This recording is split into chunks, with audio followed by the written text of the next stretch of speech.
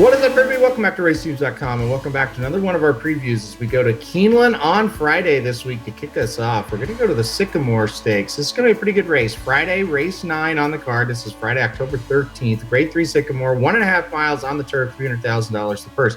Field of 12 plus 4 also eligible, so a big field here. Let's go through them. Let's try to figure this one out. It's going to be a tough race for sure. I put number 5, Tawny Port, on top. I think this horse has the running style that's going to be very interesting in the spot. I think it doesn't have to get to the lead, but will kind of stalks at kind of the perfect inside stalking trip. Let a couple get ahead of them. I think it's going to be tough here. Since getting over to Christophe Clement and moving over to the turf, horse has been good. 1 out of 3 as far as wins, 2 out of 3 hitting the board, including in a race very similar to this last time out at Delaware. Like him at the distance, like the trainer. You know, jockey combo, not bad with Joel Rosario there. I just think Tawny Port's going to sit a good trip here. I think it'll be tough. So give me the 5 with Tawny Port on top. Number 3, Bold Act, is who I'll put in second. This horse coming over for Charlie Appleby, getting Jamie Spencer to ride. That's a good sign for sure. And the horse has been solid. I think, you know, obviously going long, going to be just fine.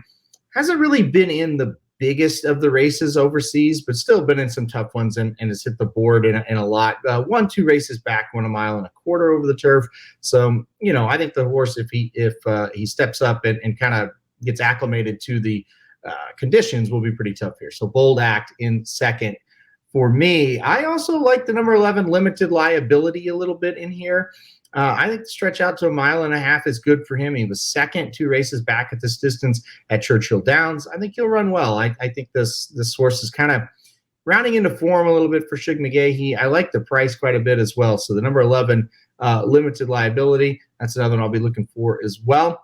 And then I think you can't ignore the number 2 Red Knight. He doesn't always show up and win these races, but he always shows up with a pretty good effort. I think he will once again today. He's always right there, 3rd, 4th. Sometimes he gets up and actually wins.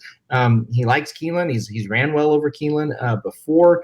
He's ran well at this distance, obviously. So I think the number 2 Red Knight makes a lot of sense as well. So to recap it here, I do like the number 5 Tawny Port on top. I like number 3 Bold Act in second. The number 11 Limited Liability in third, and the number 2 Red Knight in fourth. Those are the top 4 I've got for this one. Fun race, really fun race there at Keeneland. I don't know if we have any world beaters in the race. We've got some horses that very competitive, like to knock heads, and I think you're going to get a price no matter who you're playing there. Looks like pretty wide open race. All right, that'll do it for a preview of the Sycamore. Hit that like button if you like it. Hit subscribe if you really like it. Want to get alerted anytime we do previews like this. And most importantly, good luck if you're playing Keeneland on Friday. RacingDudes.com is your home for the best free picks for every race, every track.